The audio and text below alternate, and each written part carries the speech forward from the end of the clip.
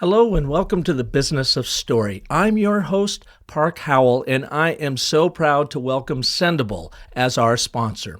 Sendable is the social media management platform that I personally prefer to handle all of our storytelling online. Sendable has generously offered you, an ardent Business of Story listener, an incredible 30% discount on their traction plan. It's normally $99 a month, but if you use my link, you can get it for just $69 a month. So visit sendable.com/park30 to start your free 30-day trial today. I thought it was just a stupid picture of a pig in the ocean. But after hearing that story, I had to have it. Now I wasn't just buying a picture. I was buying a story. Story literally made the picture worth more money to me.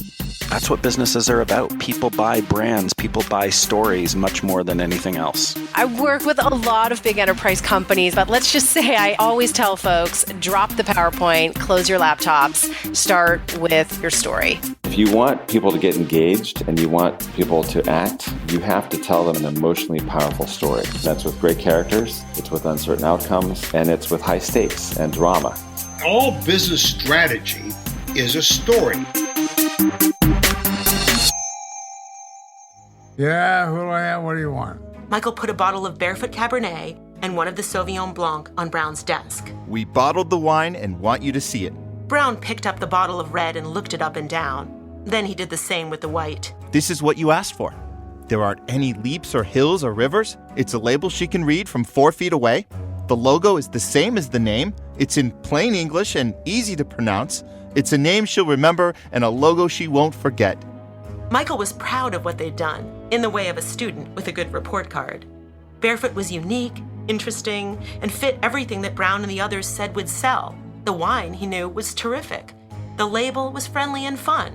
What's not to love, he thought. Brown kept looking at the bottles. He didn't say anything.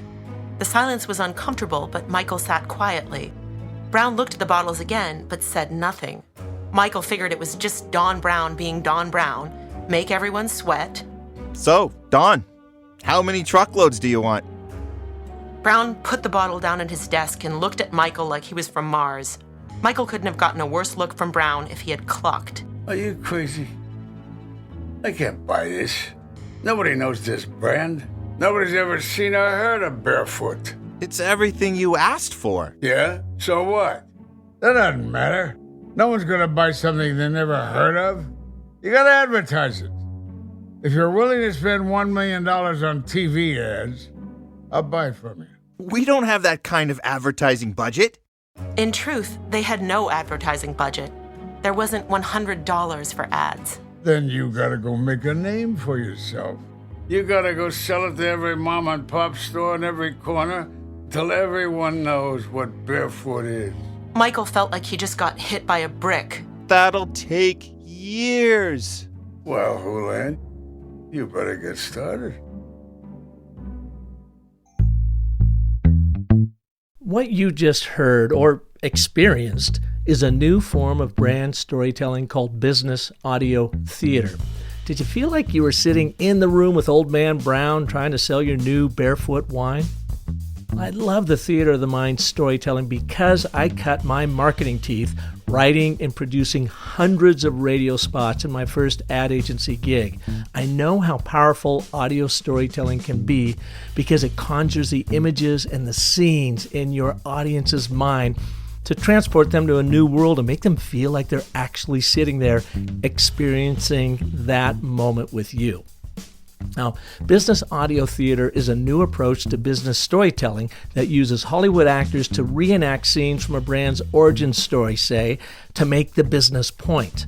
Some say this new theatrical technique will revolutionize how business audiobooks are published. In fact, our guests today believe the best way to convey business principles is through story, and the single best way to convey a story is through radio theater-style performances.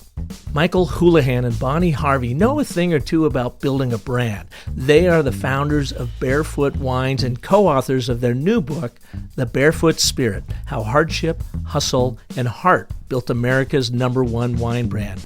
And they are converts to business audio theater, as you will hear. So how can you use this new theater of the mind brand storytelling technique to grow your company? Let's find out right now with Michael Houlihan and Bonnie Harvey of Barefoot Wines. Michael and Bonnie, welcome to the Business of Story. Hey, how you doing, Park? Thank you. We're so happy to be here. Oh, I'm doing fantastic. I mean, Barefoot Wines, you guys have had an unbelievable impact in the wine business here in America that started from just a small little startup in a garage somewhere, and you guys made it the number one brand in America. Can you share a little bit of your backstory with us? Well, the backstory is basically Michael and I weren't in the wine industry. We weren't even wine drinkers when we started, but we were consultants in this area because Sonoma County is so beautiful. So as a business consultant, I had a client. I was helping him to organize his office and such, and I saw that he was owed $400,000 for some grapes by a winery that hadn't paid him in 3 years. So I sent Michael, my new boyfriend here, off to collect the big funds for our client. So, Michael, you were the heavy. You had to go in and say you're going to crack some skulls if you didn't get paid? Yeah, and I just met this gal. You know, I mean, I haven't known her for a year, and here she's got me out there to collect all these funds. Well, that's a way to vet a boyfriend right there, if you ask me. Okay. Oh, yeah. Let's see how you handle this one. Yeah, so I wondered where this relationship was going, you know. So anyway, I go to this winery, and when I get there, the guard says, well, I hope you're not here to collect any money. And I said, why is that? He says, well, because we just declared a Chapter 11 bankruptcy this morning. Looks like you're going to have to take your ticket and wait your turn like the rest of us. And I thought, oh my God, you know, I'm here to settle a debt, and now I've got this situation going for me. So I get into the meeting, and, you know, it's going south. They don't have any money. The people at the meeting are the secured creditors. They've got contracts. My client, Bonnie's boss, doesn't. And so my client, well, Bonnie's client, Michael. right? Yeah, he's always the boss. And so, you know, I look out this window and I see all these stainless steel tanks, and I decided to make some small talk to kind of take the pressure off. And I said, well, what do you guys got in those tanks over there? And they said, well, we've got Cabernet Sauvignon and Sauvignon Blanc wine in bulk in those steel tanks. And I looked out this other window, and it looked down into this big room. It looked like a handball court. In the middle of it was this machine. It was gleaming. It was chrome. It looked like a locomotive. It had tracks on both sides. I said, what's with the chrome locomotive in the handball court? They said, oh, that's not a handball court. That's a clean room. That's where we do our bottling. And that chrome locomotive down there, that's actually a bottling line. I said, really? I said, does it work? And I said, yes, it works. It does 3,000 cases a day. And then it hit me like a chrome locomotive. And I said, wait a minute. I said, what would happen if instead of paying us money, which you don't have, you cleared the debt by just giving us wine out of those tanks over there and run them through that chrome locomotive down there and put them in glass with corks and foils, and, you know, we'll come up with a label, we'll come up with a marketing program, you know, we'll come up with a sales program. How hard could that be? How long could that take? Well, so you didn't even know if that wine was any good or not. It could be vinegar in there for all you knew. And I knew nothing about how to sell wine, you know. So, I mean, yeah, the least of my worries was what was in the bottle. As I found out later. Now, the wine was actually fantastic wine, but here I am coming back to Bonnie, and I say, listen, I've just made a trade. Instead of getting money, we're going to get bottled wine. And I said, well, that's not going to pay any bills. Now what are we going to do? We got to get licenses. We've got to come up with a label. We've got to find out what the market wants. And, you know, we really have to sell the stuff before this plan is going to work. So we started off with a big debt and no idea what we were doing.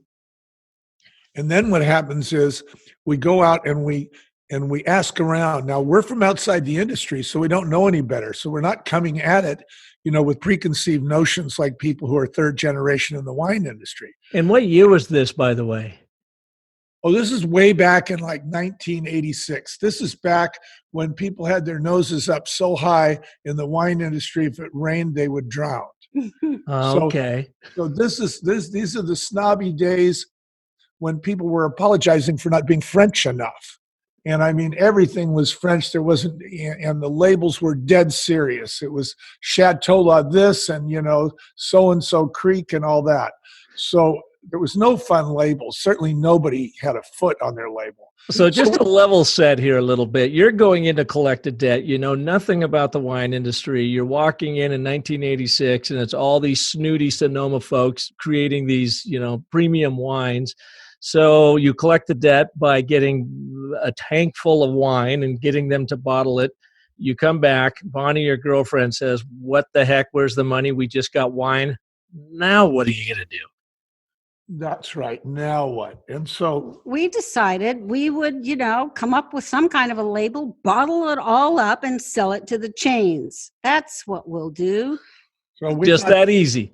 Yeah, that was plan A. and just the way that we go about it, like I said, we're outsiders. So we ask everybody, we ask people with dirt under their fingernails, we say, make friends with people in low places, because the reason that they're working like that, they're handling boxes or handling barrels, they're putting prices on wines.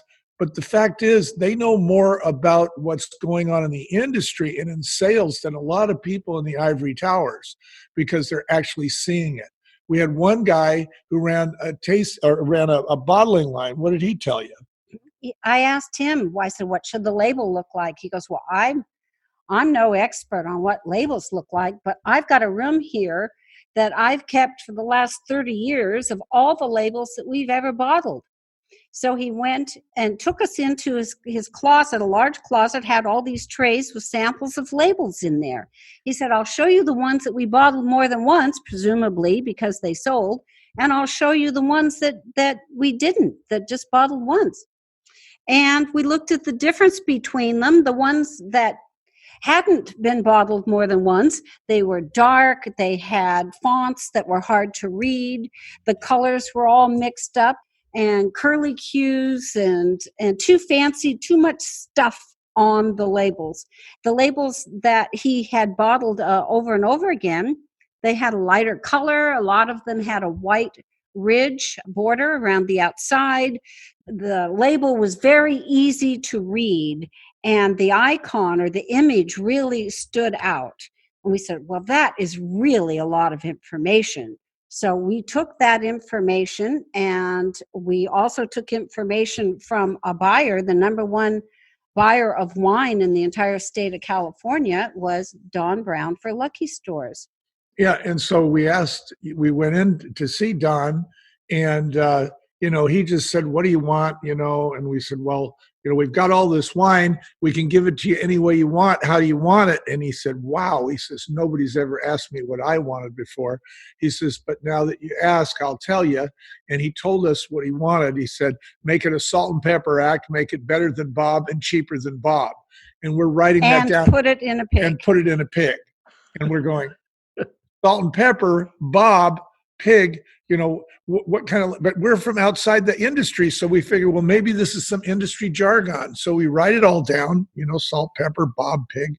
We go ask our friend to translate it.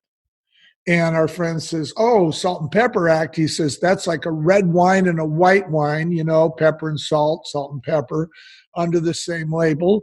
And we said, "Well, who's Bob?" And they said, "Oh, that's Robert Mondavi." And we said, "Oh, no." And then we said, "Pray tell us, what is a pig?" And he said, "Well, that's the big fat bottle of wine. That's the 1.5 liter, the Magnum. It's twice the size of the so-called 750 or fifth that most people buy wine in." So now we knew, because we got that information, we got the key to the market. And today we tell our clients, the most important thing you can do in your business is to understand the product market fit. It's not that you have a great product, it's whether or not you can get into the market. So when Barefoot started, we just had one red and one white, and they were both in pigs.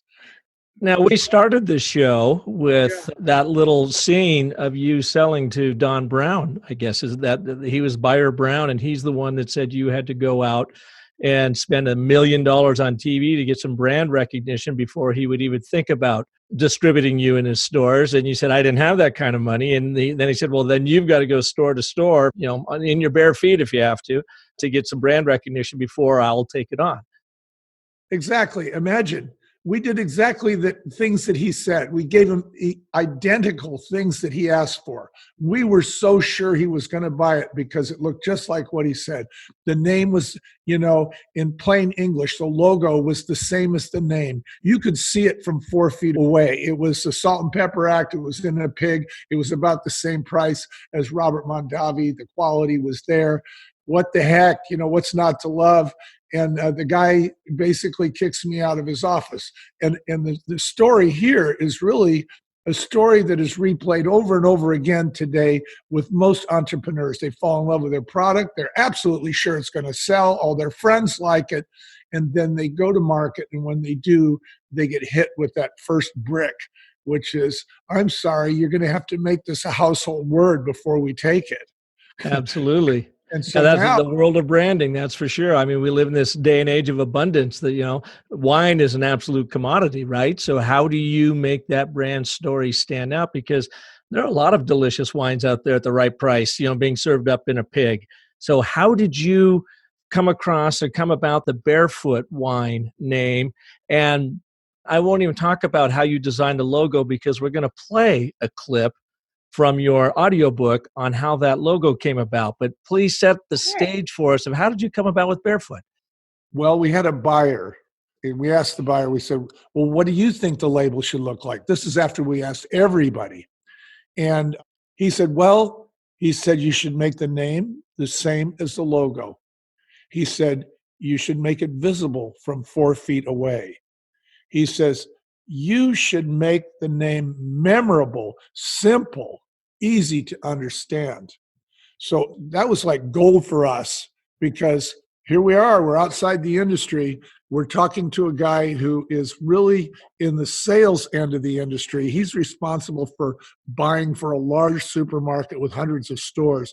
So this guy, when he tells you what he wants or what he thinks, the ideal label should look like, you better listen because he's been through it. So that's what we did. And, Bonnie took it from there, didn't you? Well, yes. Another consideration that I had personally, not being a wine drinker, one of the reasons I didn't drink wine was because I couldn't pronounce the words on the label. I know the feeling. I don't speak French. So I was intimidated by wine. And I said, well, it looks like we're getting in the wine business. Well, if we're going to create a label, it better have words on it that I can pronounce. Okay? So we kept everything in simple English with no French. And that satisfied the buyer, which we were really happy about that. And looking around and talking to people, we found out pretty quickly that I wasn't really alone in being intimidated by wine. A lot of people out there were intimidated by wine for the very same reasons that I was. So I said, well, it's got to be friendly. It's got to be approachable. It's got to be something that can make people smile. And even people that don't have degrees in enology and viticulture can enjoy a glass of wine. So keep it simple. Yeah, make it fun. So let's go to this audio track from your book and let's listen to how that whole scene went down. I believe it was late one night when you started coming up with the name and the logo. Is that right? Well, yes, it was so late that night that it was early that next morning. All right, let's take a listen. She needed to make it solid. She needed Michael to draw it. And she needed this to happen fast. That's why she was almost vibrating to get it out and why she hustled a half-asleep Michael to the little green chalkboard in the kitchen. I know what the label looks like. This is going to be a big success. I could see it stacked in supermarkets. This is going to sell a lot of wine. Michael picked up the chalk and started to draw. Quick, quick. Draw a foot. What kind of foot? A nice foot. Just draw it. Michael sketched a slim right foot along the bottom of the chalkboard. No. Stand it up. He erased it and drew one with the heel at the bottom and the toes straight up. Close. Tilt it to the right. He erased and drew again. No, more tilt. Just a little. Make it look like there's some motion. It's like someone is stepping up. Bonnie's voice was getting louder. She was talking faster, feeling like this was even more urgent. Her panic was growing. They could not lose this idea. Is that it? By now, the chalkboard had a layer of white dust from all the erased chalk. Really close. The foot should look like an exclamation point, an italicized exclamation point. And give it a little more arch. It got more tilt. It got more arch. How's that? Now write barefoot. Michael put down barefoot next to the angled drawing. Closer. Move it closer. Put the T all the way inside the arch. Bonnie stopped bouncing and looked at it. The board was nearly white. The air was filled with chalk dust. They stood silently, surrounded by their intensity. Both were taking big breaths. Bonnie's fear had dissipated. They looked at a slim right foot, pointing up at a 2 o'clock angle, acting as an exclamation point for the barefoot written into the arch. They both thought it was good, but they had no idea that in not much more than a decade, it would become an iconic national label. There. That's what the label looks like. That's gonna sell a lot of wine.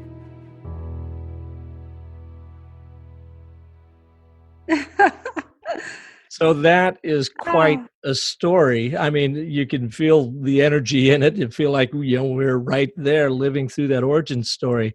So I go back to you dialed in this logo, and it has become absolutely iconic. But why Barefoot? What was the genesis of the Barefoot name and icon? Well, one of the people that we spoke to when we were saying, what should the label look like? And I mean, we talked to a lot of people, said, don't make it a hill, don't make it a leap, don't make it a valley, don't make it a chateau. For God's sakes, don't put it in French. Make it in plain English. And so we kept thinking about that. And then they also said, make it something that everybody can relate to. And we thought, relate to? And then we had a friend who had a brand that was defunct. It had been off the market for 12 years. And I think he sold, maybe about 600 cases the whole time he had it. And it was called Barefoot Bynum. And we were friends with the Bynum family, and we had known about this label. So we thought, there is a label that really is in plain English. The logo is the same as the name, and people can identify with it. Plus, it has the implication of crushing grapes barefoot. And if it's done right, it'll have the implication of recreation. But Bonnie, you didn't like that label, so you completely redesigned it. No, we couldn't use the same label at all. So we purchased the rights to put a foot on the label and use the words. But his label had a foot that was on the bottom of the label, and it was just horizontal. It didn't have any life to it. You could just put a tag on the toe and send it back to the morgue. So you took over this wine, and now you have to have a lot of money into this program by this point. So not only did you not get paid, you got paid in wine, and you have to create a name and a logo and get that all trademarked and all that, and you're out selling. How long did this take, and how much money were you now into this collection process? Oh my God. Okay, so it took at least 6 months to get all the licenses and to design the label and line up the bottling and everything that was necessary to actually come up with the product. Yes, we had the bulk wine from the trade, but we had to negotiate to get credit for glass and corks and foils and label and everything else. So, I mean, we really spent our credit all the way out as far as you could possibly imagine to make this happen. And we had to sell a lot of people on what we were doing. And, that story is the story of the fact that there was no real easygoing, approachable wines in America, sort of like the guy says, why can't I get a good $5 cigar? Well, why can't I get a good $5 bottle of wine? Well, we found out why later, but we didn't know at the Because time. there's no profit in there's it. no That's profit. why. yeah, we found out why.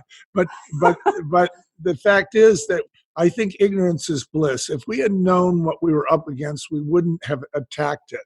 But we did. And, the story was, we're going to give America, a people's wine, something that everybody can enjoy, that is approachable. Well, you had to have a lot of belief in what you were doing, because it went first from survival mode of I got to get something out of this deal to get the wine, to now truly investing your time and heart and spirit into making this happen and breaking into an industry that was, unfamiliar to you, but a little bit snooty. And so I imagine they were all kind of off-putting. It sounds like you did a flank move on them and said, you know what, we're going to be the wine for the regular folk.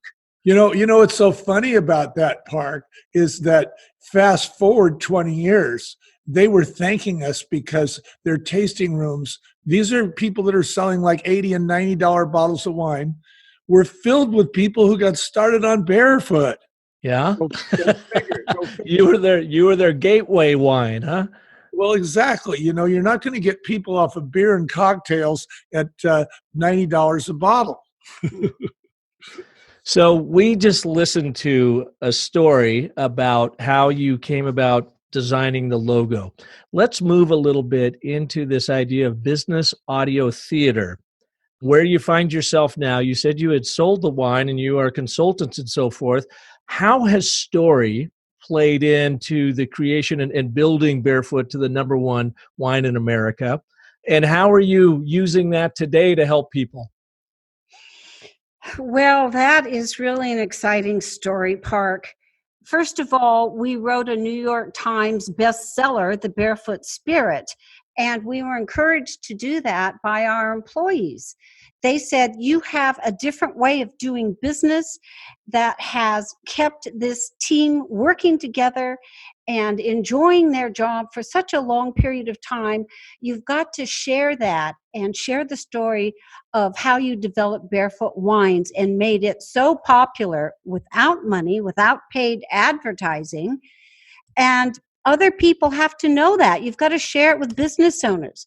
So they encouraged us to write the book, which we did. Rick Cushman is the author of the book. He took our stories over a period of about a year, and we worked together to create this really entertaining book, but it didn't have just points that we'd learned or lessons or any of that. It was all done in story, just like the clips that your audience has heard today. And those are taken directly from the paperback that we'd written. And you produced them. You got some Hollywood talent and went into a studio and actually recreated these scenes. Right. And the story behind that is that once we had the New York Times bestseller, we went on a book tour and we started speaking all over the place. We wound up speaking at 60 schools that teach entrepreneurship. And we would tell them our story, basically, of how we got started, a lot of what we're speaking about today. And we noticed over time, and this is over like maybe 3 or 4 years, all of a sudden people started showing up with earbuds on. I mean, it seemed like everybody had earbuds. And so we asked them, what are you listening to? Is it hip hop? Is it rap? They said, oh no, I'm listening to War and Peace. Or somebody else said, oh no, I'm listening to a podcast on how to improve my business. And it dawned on us that audiobooks were getting more and more popular because of podcasts. And so we said, okay, we're going to do an audiobook. So we went out and we got some audiobooks and we listened to them, business audiobooks. And oh my God, they were boring. It was like generally, the format was, they were prescription, here's the 5 things you got to do, the 6 things to never do, the 28 things your customer wants from you. And then it was a narrator reading it to you. And we thought, well, we can't do that. We have to do something really different. So we got involved with a troupe of actors down in Hollywood that were related to a friend of ours. And he told us to go talk to him. So we went and talked to him. We said, hey, what do you think about putting this into like a stage play, like a 1945, radio theater style?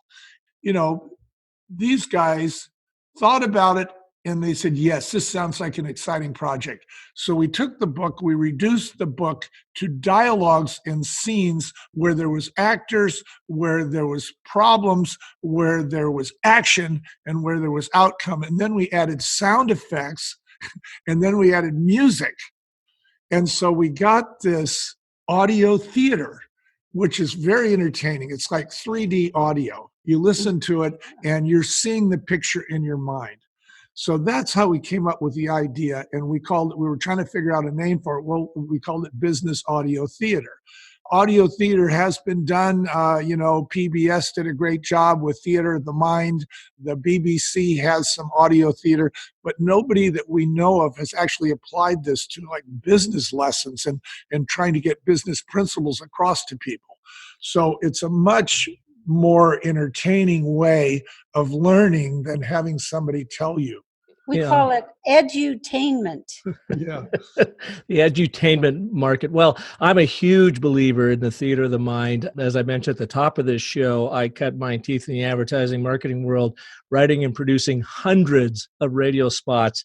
And so many of them, and the products were so boring to me, and I was a young man at the time, that I would dream up all kinds of crazy stories to use to sell the product. I didn't even realize or think story's the thing. It's just what my inclination was. And so I had just all kinds of ridiculous stories going on, and they worked. I mean, even the radio reps would say, "What are you doing over here, Park? No one does, radio like that." I go, "I don't know. I'm just trying to make something really boring interesting." And like you, I found that the theater of the mind, and if you can really find a story and take it on a theme, that it delivers a message, a business point, whatever, like nothing else.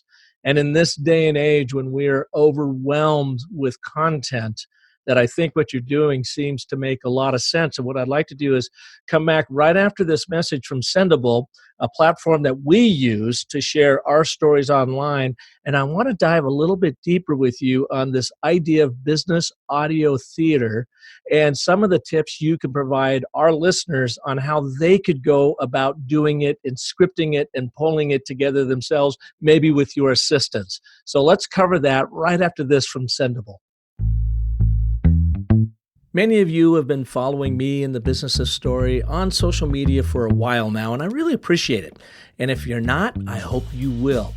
We share valuable business storytelling tips to help your brand stand out among the awful noise out there. And we do it all thanks to Sendable, a social media management platform that helps over 3,000 digital agencies worldwide to work with their clients, breathe life into their brands, and get their stories heard on social media.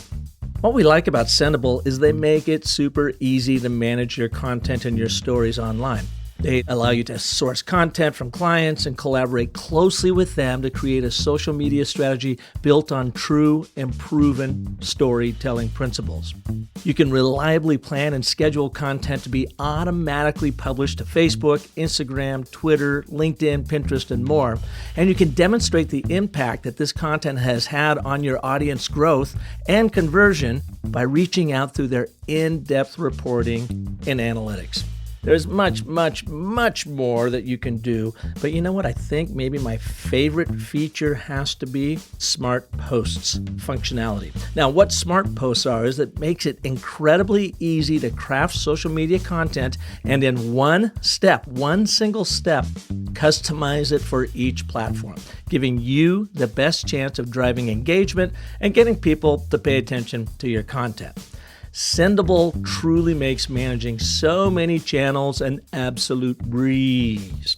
I know, you have a lot of choices when it comes to social media management apps, so I wanted to let you know we here at the Business of Story can't recommend Sendable enough. Gavin and his team are so great that they have a special offer just for you. You can now get, as a special offer for Business of Story listeners, Sendable's Traction Plan for only $69 a month. That's a 30% savings. So sign up now at sendable.com/Park30. Believe me, your stories will take off. Welcome back to Business of Story. I'm here with Michael Houlihan and Bonnie Harvey from Barefoot Wines. And what I've learned in this show today is they built it from scratch, trying to get out of a collection debt they were trying to collect for someone else, and built America's #1 wine brand, and then have gone on to sell it and are doing a lot of interesting things in entrepreneurship and coaching and teaching and helping people learn from what they learn, jumping into this industry they had never had any experience in and having tremendous success. Now you are in the audio business market with business audio theater. So you're building this platform. What does that platform look like, and what kind of tips can you give to our listeners on how they should start thinking about their own stories that they might share in this way? Well, first of all, we believe that everybody's got a story to tell. All the founders out there of businesses have their own unique story, and they want to share that with others. That particularly, they want to share that with their staff, so the staff can have greater appreciation for what it took to build that business that now employs them. And by telling story instead of just laying out facts, people are, as you pointed out before, not only entertained, but educated at the same time. So this is a perfect way for a founder to introduce his staff, old and new staff, new hires, to the principles of the business and what it took to really grow it. I'd just like to add to that and say that what's really cool about the audio format, especially today, with the MP3, you get to listen to it on your time. So you can listen to it when you want to. So if you want to hear a segment or, a series, if you want to binge listen, you can do it anytime, anyway. You can do it while you're jogging. You can do it while you're commuting. Audio doesn't immobilize you. You are still mobile. And I think that that's a really great convenience today. People really enjoy the idea of, maybe I'll listen to a chapter on my way to work, or maybe I'll listen to a chapter, as I'm doing my jog. So, what Bonnie's talking about here is the whole idea of the founder preserving his or her legacy and his or her thinking in terms of the business where you are now working. In other words, where your check comes from, how did it get here? And by learning that story, you have more appreciation and you're much more engaged in it. And you're able to repeat it because you remember it much more easily. If somebody says to you, John came into the office and pulled up a chair, well, you grab a picture of an office out of some part of your brain and put it up in the center of your brain. And then you grab a chair out of another part of your brain and put it there. And then John comes and sits on it. Well, guess what? You just got involved in it. See, so it's not just learning, it's experiential learning.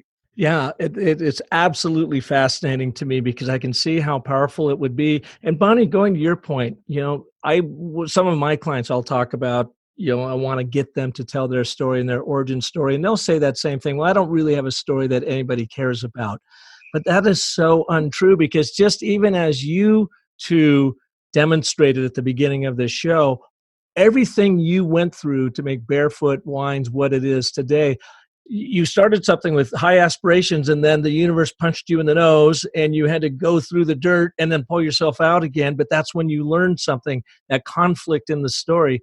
And we all have those. And those are the kinds of things, it seems like, in listening to your different audio clips, the samples you sent, every one of those has a lot of conflict happening in it. And you're wondering, how did they get through that? How did they survive? And isn't that kind of a secret to telling a good story? Oh, I think so. There's nobody who started a business that didn't have huge challenges. And we started with no money. We were started with a huge debt and no knowledge of our industry. And as it turns out, those turned out to be some of our greatest assets. Barefoot Wines would not be the #1 wine brand in the world today if we'd had money to throw at our problems, or if we had knowledge and experience, history in our industry, because we took it in a totally different direction, and we had to find a way of getting the word out there that didn't cost us any money. So those were our challenges and those were our assets, both the same thing.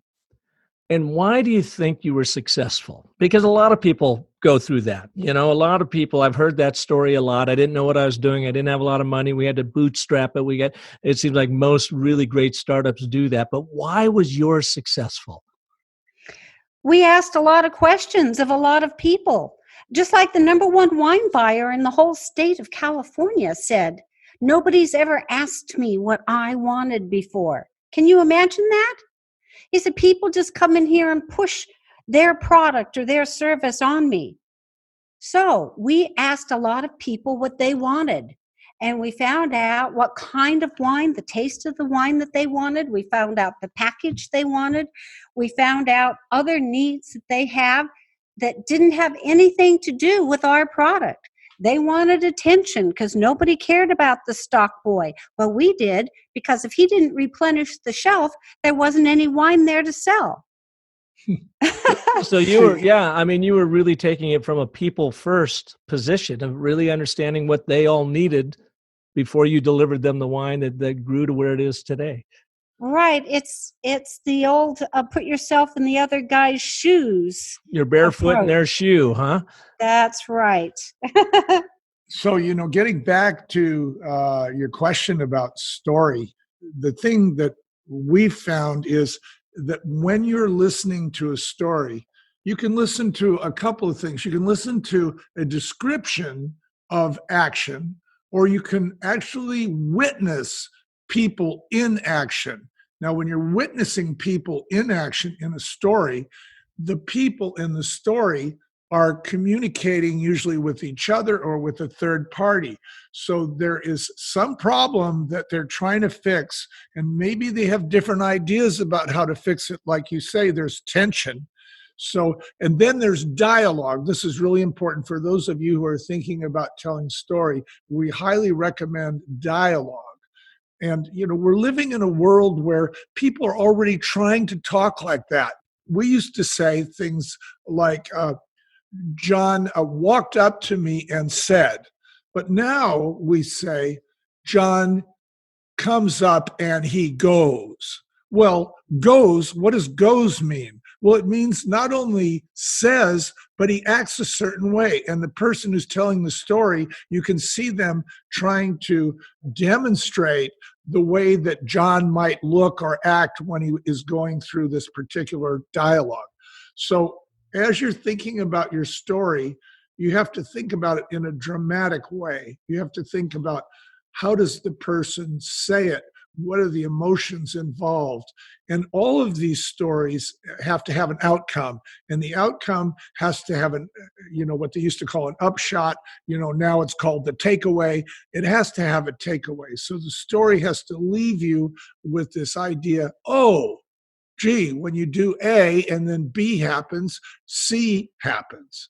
And so now you can take that little lesson with you because you remembered the story. So it's not so much different than I'm sure the caveman would sit there with his tribe around and talk about his greatest hunting lesson, or some hunting story. And then the young hunters would learn, oh, I see, this is how you get the woolly mammoth. You don't do it this way, see. Stories are designed to leave people with a message and with a lesson. That's right. You don't just give them the message and the lesson, you give them the story, because that's what people remember. Yeah, they do. A really good story indelibly stamps that vision in your mind. And, they call it the theater of the mind because we're such visual beings that we can picture what's going on. And that's really what you're doing through that audio, is trying to trigger that picture and get it painted in their mind. And once it's there, it's not going to leave, or it's going to fade away in a very, very, very long time. And that's how powerful that is. Yeah, stories, you've got a setup, you've got a conflict, a problem, and then you've got a resolution with that aha moment that makes your business point. You two have also written another book, The Entrepreneurial Culture, 23 Ways to Engage and Empower Your People. Did that come out of your experience at Barefoot? Because I imagine, and it sounds like culture was a huge, huge point of emphasis for you to make sure that brand grew the way you wanted it to grow. Yes, absolutely. It's a smaller book, and the points are made more directly, and it's a totally different format than the Barefoot Spirit. But we got all the information and the lessons learned to offer those to other people that are maybe their personnel managers or their CEOs, but they've got people that they're dealing with. And that's the entrepreneurial culture within a company. And to have people working more freely on their own and doing a good job and working towards the same goals as the company is what companies want. And they also want to retain those people. The highest hidden cost of any company is turnover. And by building a good company culture, there's much less turnover. So yes, we did write that book, and it came strictly out of the lessons that we learned. And they're tough lessons. Took us a lot of time, a lot of money, and a lot of suffering. And we've done this writing and coaching and advising to other people, other companies that we're advisors for, because we want to make it easier and faster for other people to succeed. In your wildest dreams, did you ever imagine building Barefoot Wines to be the number one wine in America? In my wildest dreams, yes, I did. And it was before the wine went into the first bottle. So let me rephrase that. In your wildest dreams, did you ever think you would be in the wine business? No. No, we never did. But once when I saw the label in my head, I didn't just come up with an idea that I thought we'd investigate, but I just saw the whole thing, as sometimes some people do. They just get the whole picture. And I saw it, and I saw it had a huge future. That's why I said this label is going to sell a lot of wine. How long did you own it before you sold it? 20 years. 20 years. And now what are the plans for business audio theater? Well, we have several plans. First of all, we want to share the actual Barefoot Spirit audio theater with everybody. We want to get as many people to enjoy it as possible. And why is that? Because of the learning in it? Well, it's because it really conveys the messages that we are keen on with our clients. So when we take on clients, we see the reason we chose those stories is because we saw that those were the stories that are really needed out there. You know, the idea that there is a lot of commonly held misconceptions about business. People say, oh, it's all the label. Oh, that label, is why they were a success. No, it isn't that. It's that they understood the distribution system and what everybody wanted in the distribution system. And you could have a whole warehouse full of incredibly great products that's just going to sit there and rot if you don't understand how to get them to market. So, I mean, there was so many lessons that were way beyond the product, way beyond the label. And we wanted to and way beyond the wine industry. Yeah, they're these are universal international lessons that are timeless. It's not like this is anything but classic, right? This is not a fad. These ideas here will be good in 200 years. So especially today, where we've kind of forgotten soft skills, one of the stories or one of the messages in the Barefoot Spirit is how soft skills are actually demonstrated, the practical use of soft skills to like extend your credit, or to get a buyer to buy twice as much, or to get a vendor to do something really wonderful for you, like warehouse your goods for free, or somebody decides that they're going to stay with your company, forever. Why do people make those decisions, and what are soft skills, and how do they play, into that situation? So the story describes it. And that's why we were really keen on writing the story. We want to sell that first. Once we get that out there and people see that business books don't have to be boring, they don't have to be prescriptive, then we would like to attract some people who want to do their own stories. And we have a complete company in Hollywood that's ready to produce a wonderful audio book for anybody, complete with sound effects and original musical score and 35 actors.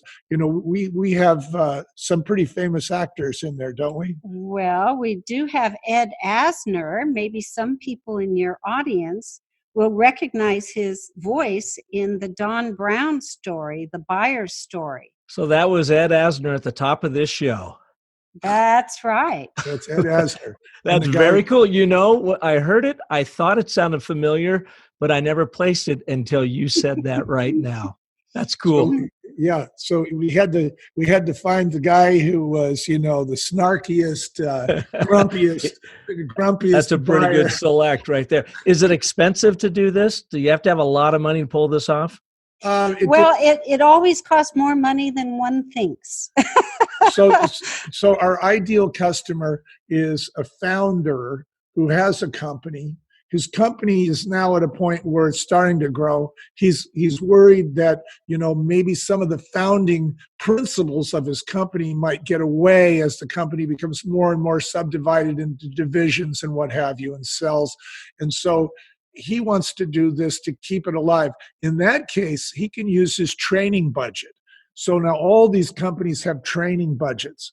When you say, is it expensive? It depends upon how long it is. If it's 1 hour long, it's a whole lot less than ours. Ours was 7 hours long, but it's 10 chapters. So, you know, you have to take a look at, you know, how long each segment is. And there's a lot of factors. Yeah, well, that's a good point there, too. The segments are pretty short, are they not? Aren't you looking at like 2 to 3 minutes for a segment? Well, the individual stories are. Yes, but that's each correct. chapter is between 40 and 50 minutes. Yeah. So you're literally capturing the scenes, little moments that make up that bigger act of that chapter, essentially, and producing those, as I understand it. At least that's the way I interpreted it from listening to it. That is right. People have a short attention span. So you don't want to tell them a story that lasts too long because it might be their next stop. They have to get off the bus, right? And so we decided that the best thing to do is like 2 and 3 and 4 minute little mini stories that are involved in an episode. And in that episode, there might be 10 of those mini stories, and they all relate to each other and to other episodes and other chapters, if you will. And there's a thread of truth that weaves its way through all of these little stories that keeps reinforcing itself. The longer you listen to it, the more you get the big message, which is, here is a practical way to look at business that is very effective and makes business doable. And that's the message we wanted to say. Hey, this is not a mystery. This can be done. It's going to be more work than you thought, but you're going to have a certain mindset. Yeah. Also, I just want to add that humor has so much to do with whether or not the listener is going to stick with you. If I can tell you a real short story, Absolutely, that's what we're here for. I studied video in college some years ago. And my group got together and decided we were going to produce a short program for the school that we'd put out in their rec area, you know, lounging area. So we recorded a little video for the school students. And the first one we did, I was so excited about. The school had money to give away to the students for various causes. So if you had any of these situations or qualifications to earn this money, then you could just go over there and you could get this money. Well, that sounds like something the students would be interested in, right? Wrong. So? Nobody listened to it at all because it was serious and it was boring. Well, that failed miserably. And we were so excited. We all sit around that gathering area to see how people react to, you know, our first video. Nobody listened to it. So the second day, we saw that there was a blood bank coming, a mobile blood bank coming to the school. So we said, okay, we'll do a Dracula skit. So we did the Dracula skit, how Dracula's going to take your blood and give it to the blood bank. Well, it was a huge hit. The whole audience, the whole room was watching it and laughing. And boy, they just lined up for the blood bank to give blood, but nobody lined up to get free money. So the first one was a blood bath. The second one was for the blood bank. Sorry, but I couldn't resist. Speaking of bad humor, there we go. I know what you mean, though. I mean, you got to go out and you got to shake it up and have some fun. We all take ourselves so seriously in this day and age. Oh, my God. That to cut through, you got to, like you said, entertain to educate. You know, be Yes. interesting. We're all fighting the tyranny of boredom and being boring. And people race to get their content out online and in the world that they don't think about. Is this entertaining? Am I actually tweaking an emotion here? They just blah, blah, blah, blah, blah us to death. And I just think what you're doing with the business audio theater, especially from my background in that, I love it. How can people learn more about it and learn how they might be able to put this to practice for themselves? Well, if they want to have us help them story their own business audio theater, they can go to a site that we have called Biz for Buds, like business for your earbuds, BIZ, and then Arabic numeral 4, and then BUDZ. So Biz for Buds. That will get them to a site that will tell them a little bit about our production company that can make an audio play for you. And we also have quite a thorough questionnaire that will help you decide what it is you want to say, how you want to say it, how long it is, what the formats are, so you can get a better idea of the costs involved. It's kind of a budget form. And I imagine you got to have some writing help with this too, because it's one thing to write down your thoughts and capture that idea, but it's a whole other thing to actually bring it to life through character and dialogue. So I imagine you supply that service as well? Yes, sir, we do. Yeah. And when you mention that, there's a couple of issues that come up. First of all, if you already have a bio, and maybe you sold, a couple hundred copies or 1,000 copies or whatever, and you want to give it new life, we can do that by turning it into an audiobook. You have to remember, audiobooks have been growing at a rate of about 15 to 20% per year. Mm-hmm. That's pretty incredible. Yes. So this is like one of the fastest forms of entertainment that we've seen. And I think a lot of it has to do with podcasts. So then the other thing that we can offer you is, if you just want to hear the Barefoot story and you just want to listen to it yourself, you can go to barefootaudiobook.com. That's www.barefootaudiobook.com. And when you get there, you'll be able to listen to some of the samples that you've heard. We're going to be offering a free chapter. You're going to have a chance to really immerse yourself in this new media and see how compelling it is and how entertaining it is. It's going to give you some ideas about what you can do to get your idea across. This is really a great onboarding tool for human resources people. They hire somebody. When you're hired, the first day, if you don't get all your questions answered, well, your brain answers the questions and they may not be correct. So it's really important when a person is hired, we say it's like the cement is wet, you can move it with a trowel, but when it gets hard, you need a jackhammer. So when the cement is wet, what do you do with the trowel? What is the trowel? And we think that a big trowel for wet cement is a business theatrically produced audiobook where you're taking on a little story, and it has to do with your company and how it got there, the challenges you faced, and why you adhere to certain principles and types of behavior, what you support beyond your company. Millennials today, they want to work for a company that's doing something to improve the earth or improve humanity. They don't want to just have a job. So this is your opportunity to tell them what you really stand for. Yeah. No, I agree wholeheartedly. I often preach from my pulpit as I'm trying to entertain, to educate, and say, people will not leave with the story you intended unless you intentionally tell a story. make it crystal clear for them. And it sounds like that's what you're doing with your new program here, and something that has served you well throughout your entire career. So thank you so much for being here on the Business of Story. One last website I think I'd like to point people to is if you're interested in having Michael and Bonnie speak or come and talk and work with your team, I guess we send them to thebarefootspirit.com. Is that right? Yes, that would be delightful. We love helping people improve their businesses and succeed faster. Do you bring wine with you? Well, that's a possibility. That's a little extra.